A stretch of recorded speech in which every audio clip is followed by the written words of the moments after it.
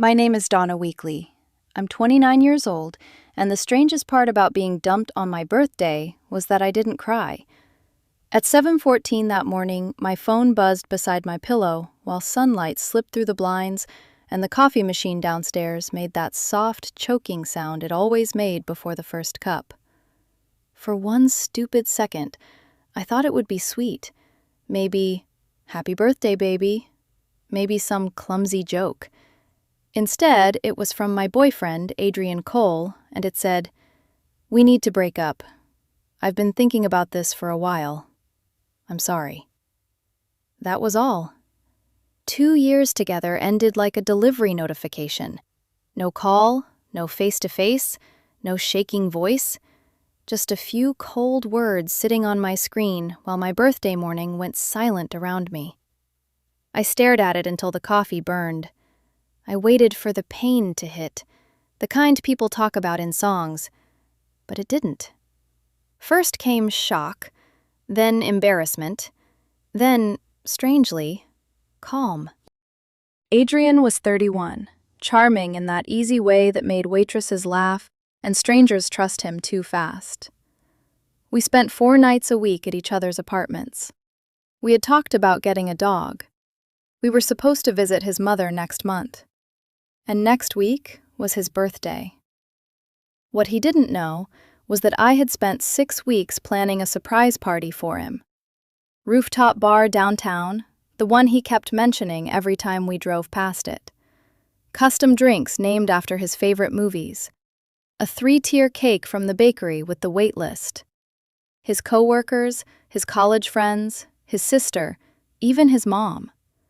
Over $2,000 between deposits, catering, decorations, bartender fees, everything.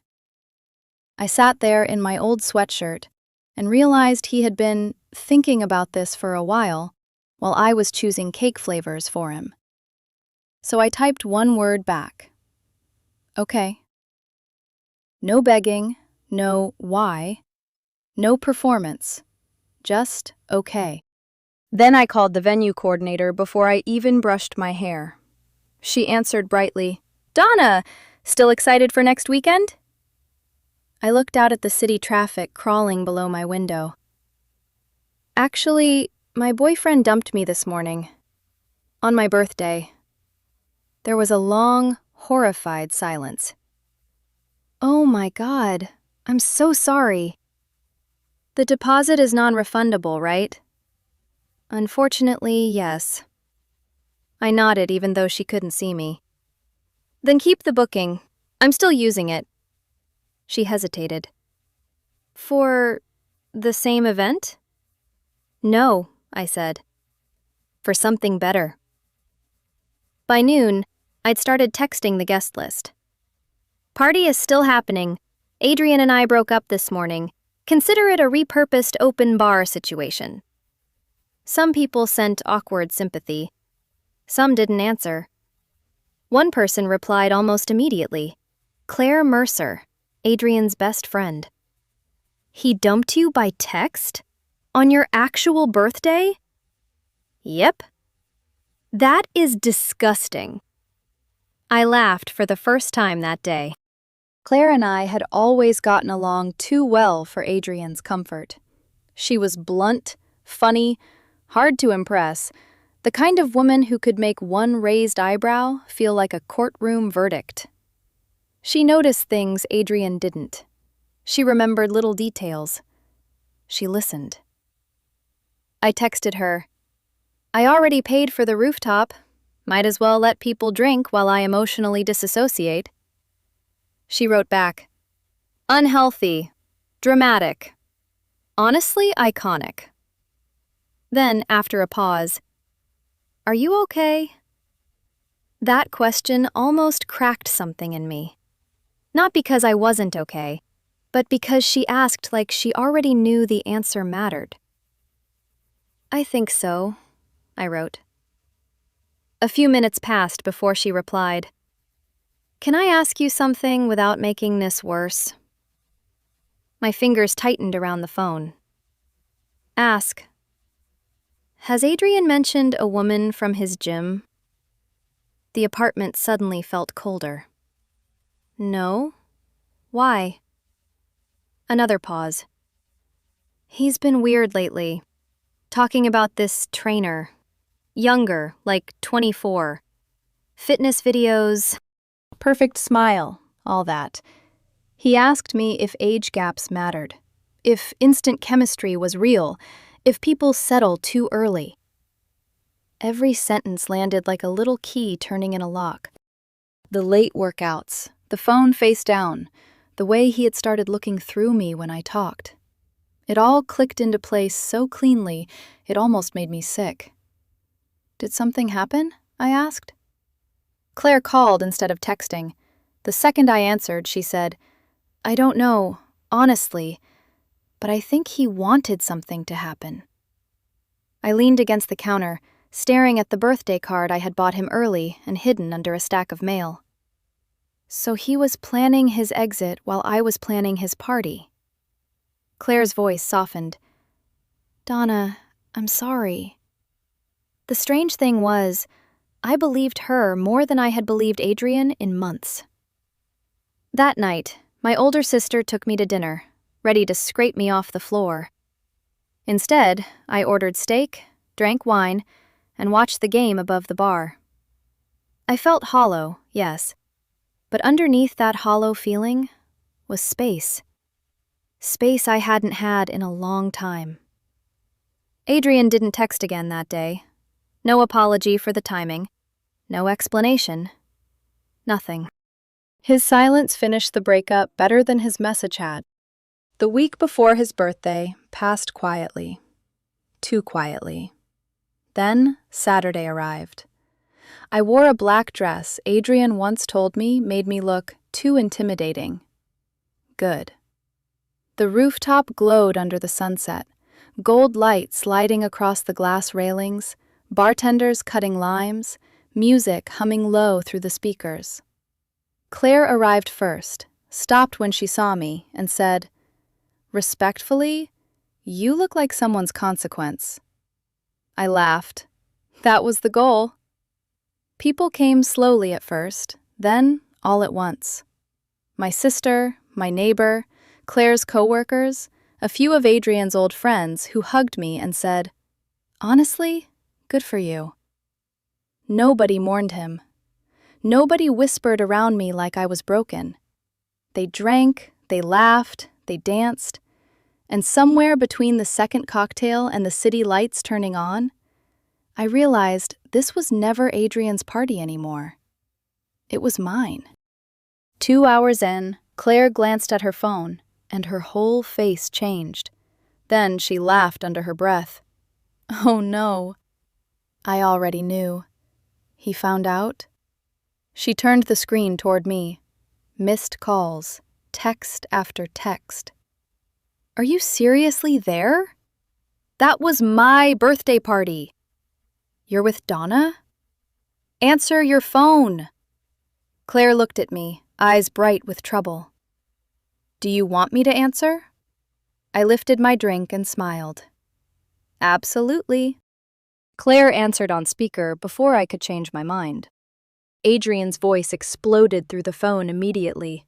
What the hell are you doing? Claire leaned casually against the bar. Having drinks? You? That's my party. I almost laughed at the way he said it. Not the party Donna planned. Not the venue she paid for. His party. Claire rolled her eyes. Correction. It was your party. Then you dumped her on her birthday by text message like a coward. I didn't say she could just take it. At that, several people nearby turned toward us. My sister nearly choked on her drink, trying not to laugh. Claire said calmly, It's a rooftop bar, Adrian, not custody of a child. You're supposed to be my best friend. Her expression changed instantly. Harder, colder. I was your best friend, she said quietly. Then you acted like trash. There was silence on the line. Then Adrian snapped, You don't understand the situation. I finally stepped closer to the phone.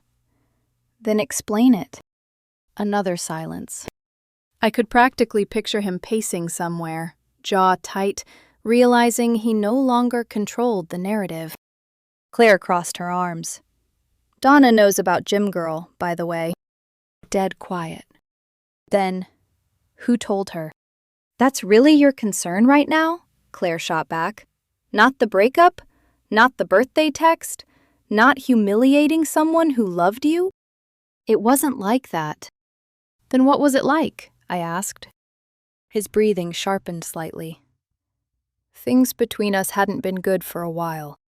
I stared out across the glowing city skyline. Interesting, because you somehow forgot to mention that while I was planning your birthday party. That's not fair. I laughed softly. No, Adrian. Dumping someone on her birthday by text isn't fair.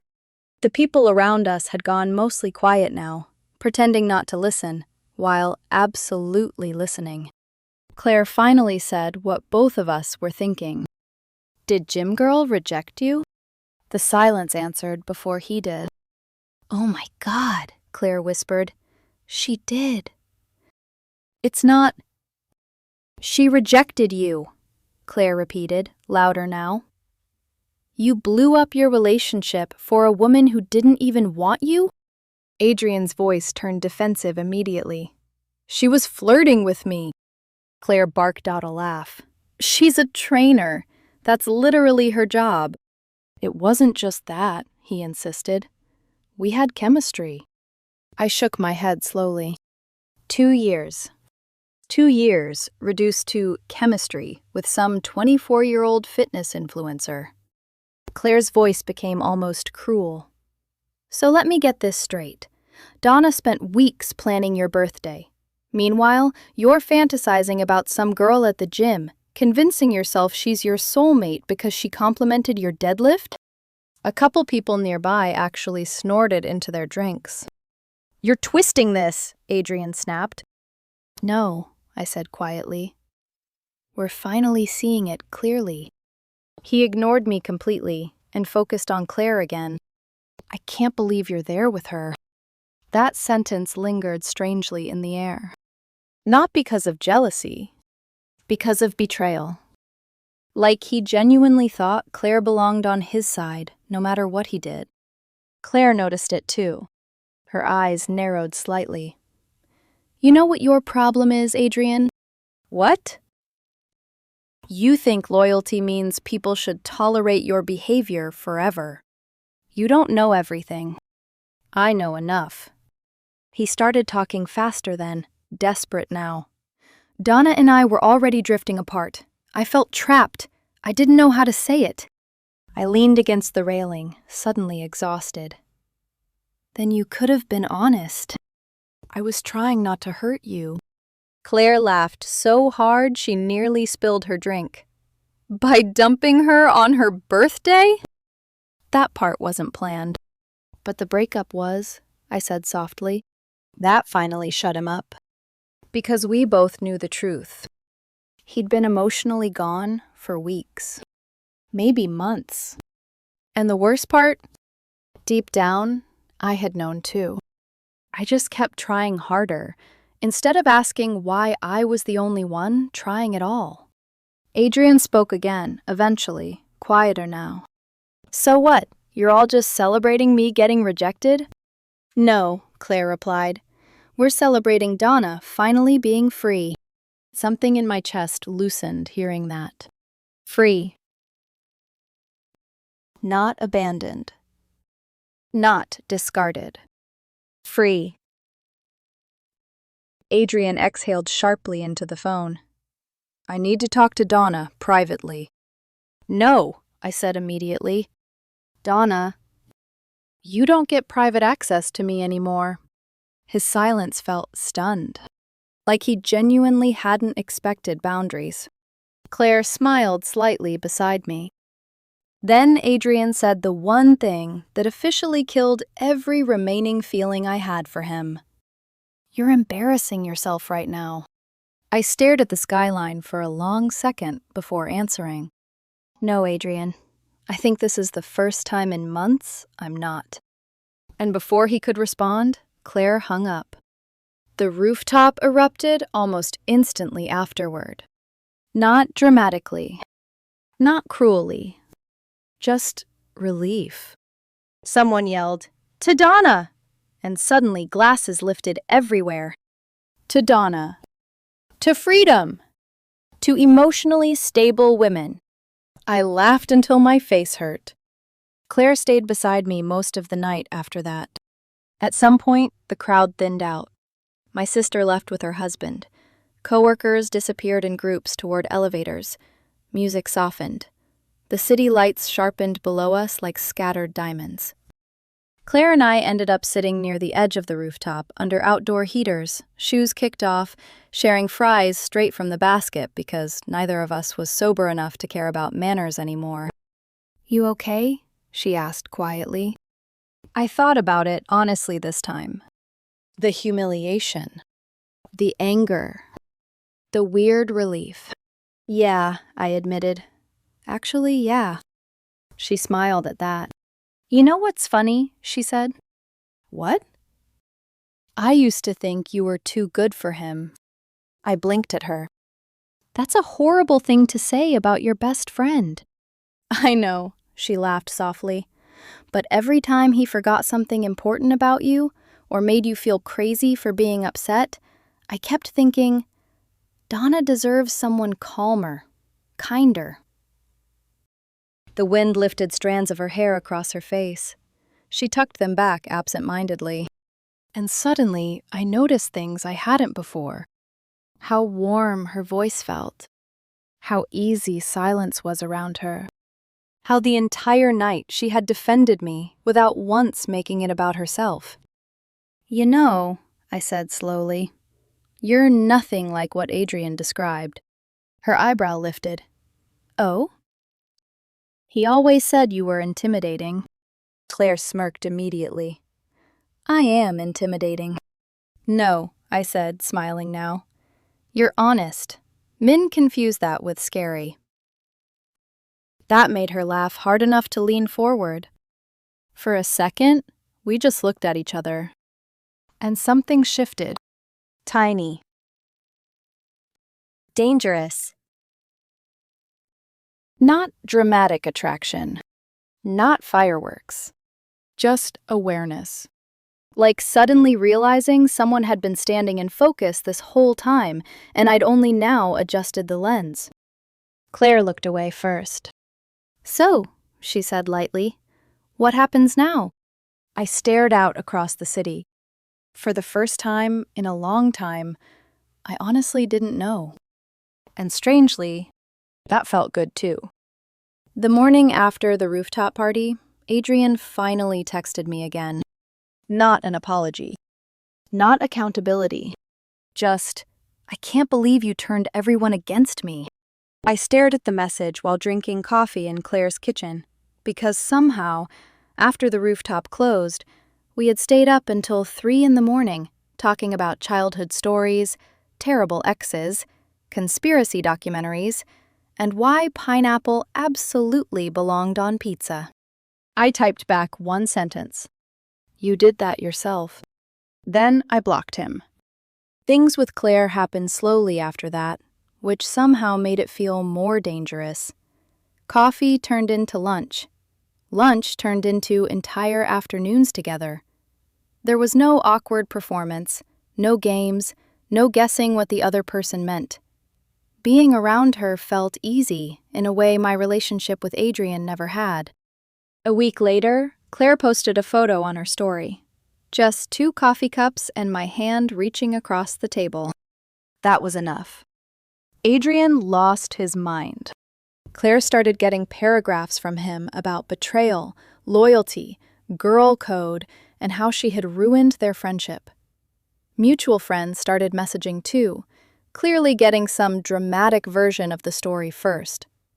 But every time someone asked what happened, Claire answered honestly. He dumped Donna by text on her birthday because he thought his gym crush wanted him. She didn't.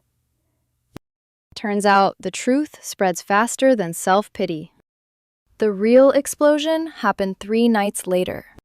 Claire and I were at her apartment eating takeout when someone started pounding on her door, hard enough to shake the walls. She looked through the peephole and sighed. "It's him." "You want me to leave?" "No." She opened the door with the chain still locked. Adrian stood there looking exhausted, eyes red like he hadn't slept properly in days. The second he saw me behind her shoulder, his face twisted. "You're seriously together now?" Claire crossed her arms. "Why do you care?" "Because this is insane." I stood up slowly. "No, Adrian. What was insane was throwing away a 2-year relationship because a 24-year-old trainer smiled at you. That's not what happened." Claire laughed coldly. "Then explain why you're suddenly obsessed with Donna moving on." He looked at me then, really looked at me, for the first time in weeks, and quietly said, "I didn't think you would." That hit harder than I expected. Not because I still loved him, because it revealed everything. He thought I would stay heartbroken while he explored other options. He thought I'd wait. I shook my head slowly. "You don't get to leave me and still expect emotional ownership over me." Adrian opened his mouth, then closed it again. Nothing left to say. A security guard finally came upstairs after neighbors complained about the yelling. Adrian looked between us one last time, like he was waiting for someone to stop him from leaving. Nobody did. After he disappeared down the hallway, the apartment went quiet. Claire leaned against the door and exhaled. "Well, that was horrifying." I started laughing unexpectedly. Real laughing. The kind that leaves your stomach aching. Claire stared at me for a second before laughing too. Then the silence softened again. Different this time. "Closer." "Can I ask you something?" she said quietly. "Anything." "When did you stop loving him?" I thought about the birthday text, about the relief I felt instead of devastation, and I answered honestly. Probably long before he left. Claire stepped closer, slowly, carefully, giving me every chance to move away. I didn't. Her kiss was soft, certain. Nothing explosive, nothing messy, just real. 3 months later, Adrian was officially dating the gym trainer. Their social media looked exhausting. Matching gym selfies, forced captions, smiles that never quite reached his eyes. Meanwhile, my life became strangely peaceful. No guessing games. No emotional distance. No fighting for attention from someone already halfway out the door. One night, lying beside Claire while rain tapped softly against the windows, she brushed her fingers through my hair and murmured, "Weirdest love story ever." I smiled against her shoulder. "Still a better birthday than last year,"